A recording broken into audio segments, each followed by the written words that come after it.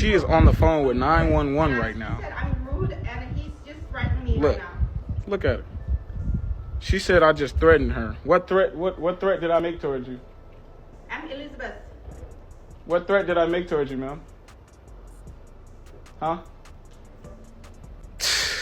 Bewildered amidst a snowfall in a residential part of town, that is Alonzo. He's at the home to do some work, but working while black, at least for that Karen behind him, is a problem. The Karen, who just identified herself to police as Elizabeth, feels that Alonzo's presence means her safety is in danger. So Elizabeth, Karen, whatever, called 911. This is crazy. I already knew what it was when I first got here, though. And what it was and what it is racism. Pure and simple racism. And it gets even worse, because a minute later, instead of just being a bigot, the Karen decides to put Alonzo's life in danger. She changes her tone to sound distressed so that the police will arrive with some sort of urgency, and maybe with their guns drawn.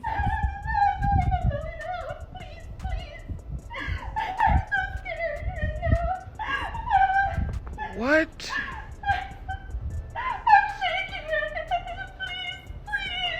What? What in the world is this, boy? I ain't gonna lie. I've never in my life had to deal with no bullshit like this. Never in my life. BS is an understatement. This is clear evidence of a lunatic woman trying to amp up police. She knows, as we know, that when some police are told that a black suspect is making threats, the police will arrive with their weapons in hand. And if the black suspect doesn't comply with the screaming cops, maybe he's confused, police may still open fire. As we've seen repeatedly in police interactions, it doesn't take much for an innocent man to lose his life. Maybe the man doesn't put his hands as high as police want, or the man walks up to police to try and explain things.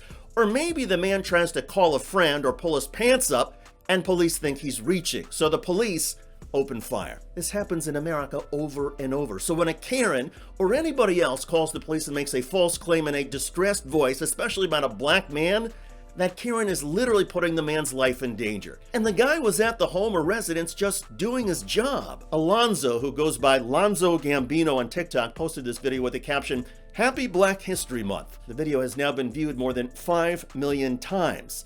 Many of the tens of thousands of comments ask Alonzo, "What happened? Are you okay? Did the police see this for what it really was?" Alonzo has not yet posted an update or a part 2. However, one assumes he emerged physically unscathed, given that he was able to post the video. Still, the emotional and psychological scars from this kind of interaction are going to linger, even if the police figured out very quickly that Alonzo was not a threat and that all of this had been started by an unhinged Karen. Nobody in America should be the target of this kind of abuse.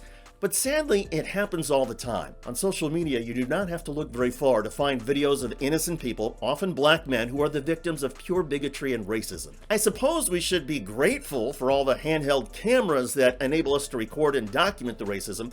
One would hope that the existence of cameras would change people's behaviors. I mean, maybe we cannot get some racists to drop their bigotry, but you would think the cameras would cause some of the Karens and others out there to not act on their disgusting racism and bigotry. Anyway, in an ideal world, anybody who makes a false report to 911 or police would get criminally charged.